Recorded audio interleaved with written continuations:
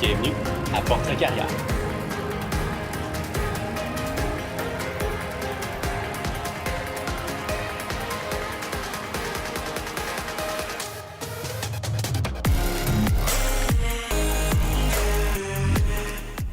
Bonjour, chers téléspectateurs de Facebook. Aujourd'hui, ici avec nous autres, on a Marco Norcia. C'est un DJ de 27 ans, connu sous le nom de DJ Systolique.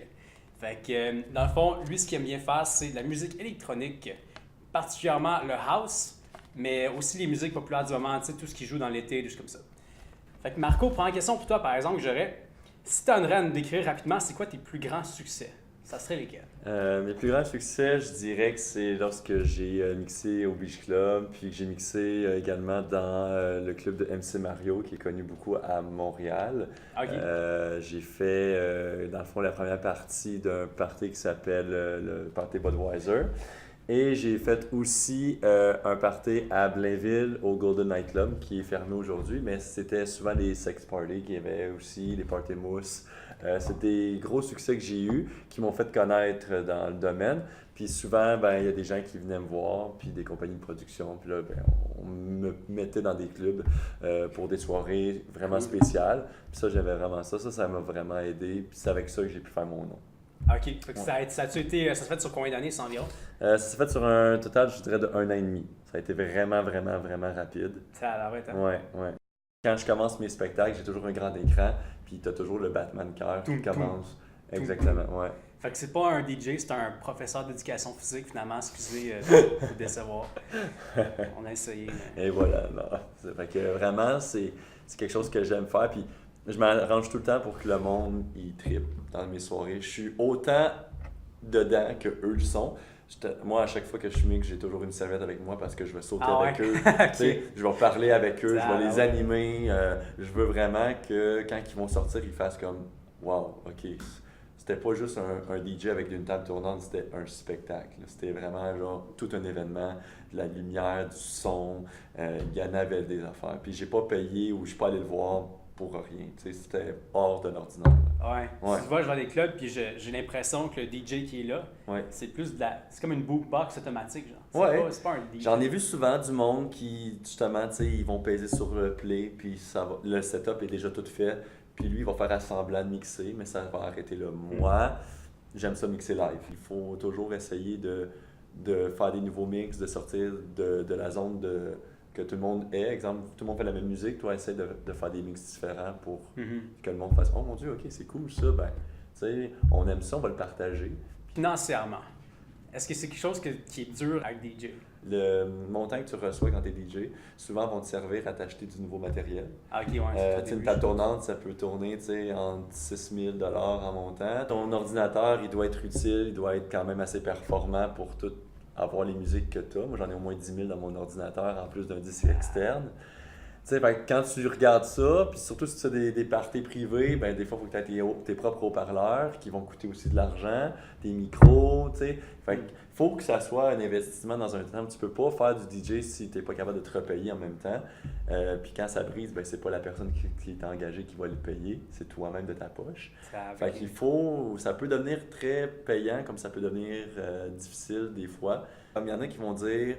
C'est super facile le métier de DJ. Tu mets de la musique, c'est bien facile ton métier. Là. Mais non.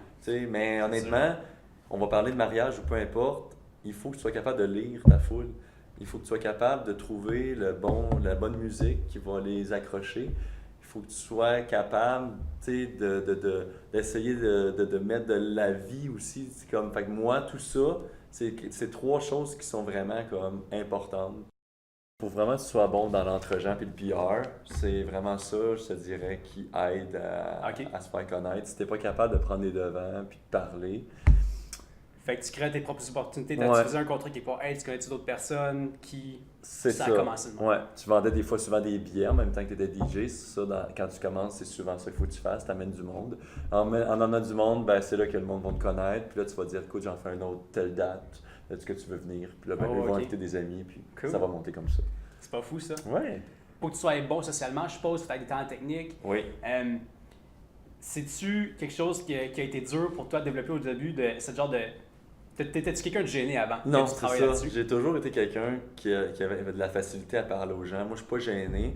sais, j'étais capable d'aller voir les gens et faire écoute, salut, ça va, tu sais, moi Ok, je m'appelle un tel, puis comme ça te tente-tu, je fais un événement à telle place, viens-t'en.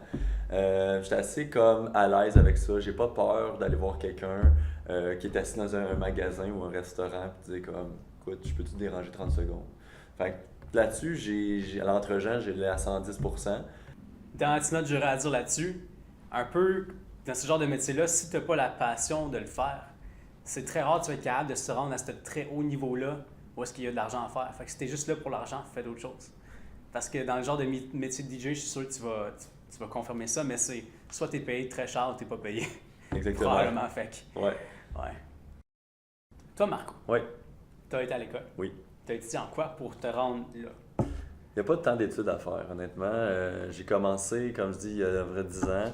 Puis moi, j'étudiais comme vraiment pas dans la musique en tant que telle. Tout ce que moi, j'ai trouvé pour faire ça, c'est juste, t'aimes la musique, t'aimes la passion, t'as une passion justement pour les sons, t'aimes écouter des nouveaux beats, t'aimes ça aller voir des DJ. Moi, c'est ça que j'ai fait. J'avais quelques idoles. Tu sais, j'avais Calvin Harris, qu'on connaît très bien dans le domaine de la musique, qui était un de mes idoles. Tu sais, j'avais Axwell Ingrosso, j'avais tous des gros noms. Puis moi, ben, c'est eux autres que je me suis fié. Tu sais, je me suis dit, gars, je vais les écouter bien comme il faut, puis j'aimerais ça essayer de... Reproduire leur beat. Ouais, c'est pas mal juste ça que j'ai fait. Puis c'est sûr que j'ai parlé à quelques personnes dans des cégeps, tu sais, que tu vois faire de la radio étudiante, par exemple, tu vas les demander. Ils ont déjà des fois des bases dans le domaine du son puis de la radio. Fait que moi, je suis allé les voir. Puis comme ça, je me suis bâti comme un petit portfolio. Une oreille. Ouais, une oreille. Puis j'ai monté comme ça. Mais honnêtement, ça prend pas d'études. Tu peux en avoir, mais ça prend pas ça pour faire de la musique. OK. Ouais. Ça, c'est vraiment intéressant que tu dises ça parce Ouais. que ça me surprend pas ce que tu viens de dire. Il y a beaucoup de métiers, mettons, tout ce qui est pas nécessairement un métier conventionnel, mettons DJ, mais mettons, ça peut être aussi simple que reporter. Ou, il y a certains jobs, il y a certains métiers dans le monde que tu n'as pas besoin, comme tu peux l'apprendre en dehors de l'école. Puis en fait, aller à l'école, c'est un petit peu inutile, je dirais quasiment, mettons la photographie. C'est tellement un talent que tout le monde peut apprendre sur Internet. Il y a tellement de sites web, tellement de vidéos sur YouTube. Puis peut-être qu'on met trop d'emphase sur l'école. Puis avant que tu te rendes à ce club-là, c'était environ combien de temps d'apprentissage, combien d'heures? C'était quoi le... Moi, j'ai passé grind? facilement, je dirais, là, je passe environ au moins 45 à 50 heures par semaine à essayer Fait de qu'une trouver... job à temps plein. Là. Ah ouais, facile. Ah, Puis cool. là, après ça, ben justement, il y avait un DJ qui faisait des parties de sessions dans mon cégep à Montréal. Puis j'étais allé le voir, puis je lui ai dit, écoute, serais-tu partant de m'aider à partir? Puis lui, il mixait déjà dans le 1234 de MC Mario que j'ai commencé. Il dit, parfait, moi je vais en parler, puis tu feras une soirée avec moi. J'ai commencé comme ça, puis... Fait que t'as eu une sorte de mentor. Ouais, j'étais comme protégé, ouais. Ça, c'est vrai, ça aide vraiment, wow. Ouais. T'attribues-tu plus ça à de la chance ou à du travail fort? Je dirais travail fort. Mettons qu'il y a un jeune chez lui en ce moment qui regarde ça, OK? Ouais. Qui va commencer bientôt à aller au cégep, peut-être qu'il est au cégep en ce moment, peut-être un peu plus loin, puis il se dit, peut-être ce que je veux faire, je suis pas trop sûr, peut-être que je suis un peu gêné aussi, j'ai encore du travail à faire là-dessus. Oui. Comment tu conseillerais à ce jeune-là qui regarderait en ce moment pour sortir, mettons que c'est pas un talent qui a pas naturellement d'entre-gens comme toi ou ce talent social-là? Non. Comment tu lui dirais de sortir de... Écoute, c'est sûr que c'est pas évident quand tu l'as pas, mais je dirais de pas avoir peur d'aller vers les gens puis de dire que lui il aime la musique, qu'il aimerait ça, juste faire. Tu sais, faut pas qu'il commence trop gros non plus. Il y a des gens qui veulent commencer trop gros. Moi, j'ai pas commencé trop gros. J'ai justement dans mon petit sol avec une petite table, puis dire comme invite tes amis. Tu sais, au lieu de parler tout de suite à des gens que tu connais pas, invite tes amis. Tes amis vont pas te faire peur, ben non. Tu Tu sais, dis, regarde, je fais un petit party dans ma cour ou dans mon sous-sol. tu dis un party d'amis, ben ouais, c'est bon ça. Tu sais, une quinzaine de personnes que tu connais, que tu n'as pas peur. Par exemple, tu as une équipe de hockey ou de baseball, peu importe. Okay. T'invites-les. Regarde, je suis commencé un petit peu de DJ, j'aimerais ça leur montrer. Que commence ça. Puis si tu vois que ça va super bien, puis que les gens ils aiment ça, ben, tu sais, demande-leur, ben, tu sais, comme, feed-moi un petit peu, fais-moi de la pub, moi je vais essayer, puis tranquillement, tu vas voir, tu vas te déjeuner même avec tes amis, puis ça va se faire de ça. Y a-t-il un côté là-dedans, dans le DJ que t'aimes moins, quelque chose qui est plus... Oh. Ben, quand des fois, ben, en tout cas, quand t'es pas connu, comme je dis, c'est le côté où il fallait que j'apporte des gens, ça c'était difficile des fois parce qu'il faut que tu achales souvent tes amis. plusieurs fois par semaine pour essayer de les amener. Des fois, certains bars vont te demander entre 25 et 50 personnes par semaine qu'il faut que tu amènes. Si tu les amènes pas... C'est tes gens à toi? Genre? C'est ça, tes amis à toi. Si tu les amènes pas, ben t'es pas payé. Ça, c'était souvent ça, moi, à Montréal, qui m'arrivait. Des fois, c'est pas facile parce que tu peux perdre des amis. Des fois, ils vont te dire que t'es juste trop fatigant. Comme tu m'achètes à toutes les semaines. Ça t'est-tu déjà arrivé? Ouais. Souvent? Facilement me faire bloquer de Facebook parce que une personne était juste comme... Tu m'achètes à toutes les semaines pour que j'y aille. Si ça me tente pas une semaine, tu sais, ça me tente pas. Puis ça, ben, j'ai trouvé ça difficile parce que je me disais, ben c'est comme si je me fiais à des gens pour avoir mon salaire. Puis c'est pas ça que je veux, tu sais. Moi, je veux juste comme, regarde, tu viens si ça te tente, mais je veux faire de la musique pour plein de monde, pas juste mes amis, tu sais. Fait que ça, c'était difficile de ce côté-là. Ça m'est arrivé souvent de sortir d'une soirée puis d'avoir zéro dans mes poches, tu sais. Mais moi, dans mon cœur, ça me faisait de quoi, mais en même temps, ça me faisait pas grand-chose parce que c'était pour la musique, mais des fois, tu sais, en même temps, tu as le goût d'être... Tu gagnes l'expérience, mais ça te coûte ton temps, c'est pas ça. nice. Ouais, ça, c'était pas nice. Right. C'est déjà une histoire cocasse pour nous à raconter. Quelque chose, mettons, une fois que tu as été sur stage, ça a vraiment mal été ou vraiment bien été ou quelque chose de drôle qui est arrivé? Une histoire cocasse. Ben, je dirais, à un moment donné, c'est ça, j'étais au 1234 à Montréal.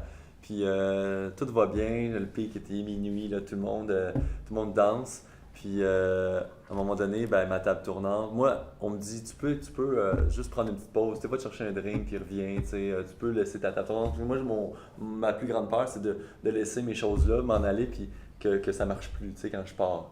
Donc, c'est ce qui est arrivé, tu sais. Moi, je pars, je m'en vais, le gros pic, tout à minuit, puis là, ça fait tout éteint. Ma table tournante avait surchauffé. Oh boy! Fait que là, tu fais quoi? T'es là, mon cœur. Puis là, t'as fait DJ Systolic. Ouais, là, ça faisait, là, nous avons un petit problème, tu sais. Mais il faut que tu sois capable aussi de t'adapter. Fait que moi, je sais que j'avais une clé USB d'extra. Fait que je l'ai mis sur la table tournante qui avait juste à côté parce qu'ils ont toujours une table tournante d'extra. Fait que j'ai parti ça le temps que moi, j'arrange mes trucs. Je l'ai reparti après, ça a repassé. Mais quand tu as quand même 1200, 2000 personnes dans la foule, c'est quand même, tu as des sueurs froides, je te dirais. Ah ouais, ça doit. T'as peur que ça surtout, ça crash, là, tout le monde regarde la table du DJ, il voit que t'es pas là, t'as dû avoir des sueurs froides comme... Oh mon Dieu, oui. Oh ouais, je peux comprendre. Oh écoute. Ah, okay. Mais ça a passé après, puis la soirée a bien été. Et tu mets la musique, ouh, tout le monde... Ah, c'est ça, oh, c'est beau. Ça faisait partie du mix, c'est ça que je leur dis. Ah ouais. Moi, j'ai une question qui vient de ma part, vraiment une question de mon cru parce que ça me titille. T'inventes-tu tes propres chansons? Tu as parlé de Calvin Harris tantôt, est-ce que c'est quelque chose que... Fais-tu tes propres mix? Fais-tu tes propres tunes? Ou... moi, j'ai commencé à faire mes propres tunes. Je suis allé, quand j'ai eu mes 25 ans, je suis allé voir Calvin Harris live à Vegas parce qu'il est là-bas depuis environ 2-3 ans. Puis moi, c'est quelque chose que je voulais faire. Commencer à créer moi-même des tunes pour les mettre sur Internet ou les entendre à la radio, des choses comme ça. Fait que oui, c'est quelque chose. Puis les gens, des fois, ils recherchent ça.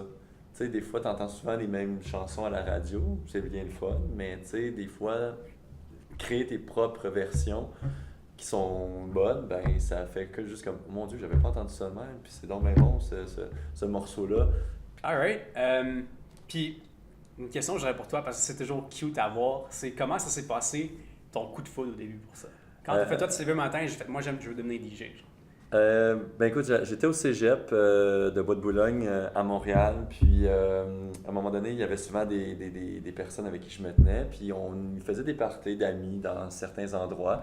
Puis une en particulier, ben, elle faisait un party à Sainte-Rose à Laval, dans une marina. Puis moi, j'ai décidé d'y aller, puis j'ai vu le DJ sur une scène avec comme la boucane, puis le monde qui dansait sur ses mix. Puis j'ai dit, moi j'aimerais tellement ça que le monde danse sur les miens aussi. Fait que je me suis dit, à partir de ce moment-là, je dis j'achète une table tournante. Ça, ouais, puis je commence. Ton coup de tête, là. Ouais, c'est sûr qu'au début, ben, c'était difficile parce que tu faisais des mix, ça marchait pas. Là, j'essayais de montrer ça à des gens, ils étaient comme, c'est pas ça la coche. T'sais. Puis là, j'ai dit, ben, moi, je vais pas lâcher, je vais persévérer. C'est une de mes grandes forces. Puis j'ai continué, puis à un moment donné, ben, j'ai eu ma chance. Puis dans un club, puis. Ça a tout parti. Ça a parti. Donc, si vous voulez être au courant de mes prochains événements, allez liker ma page Facebook DJ Systolic. Puis, soyez aussi à l'affût qu'il va y avoir un événement de musique électronique qui s'en vient au courant de l'année. Donc, si vous vraiment voulez avoir toutes les informations, je vous conseille de venir sur ma page Facebook. Bonjour à toi, j'espère que tu as apprécié la vidéo. Si tu veux continuer à nous supporter dans le futur, tu peux aller sur Facebook, liker notre page Portrait du Cégep de l'Outaouais. À part de ça, on a des billets à faire tirer pour une escape room qui s'appelle Escape Room. Ça va être le 5 et le 6 octobre. Fait que tout ce que tu as à faire, c'est liker et share la vidéo. Puis tu as une chance de gagner une des 2 paires de billets qu'on a à faire tirer. Sur ça, merci beaucoup pour passer une bonne soirée.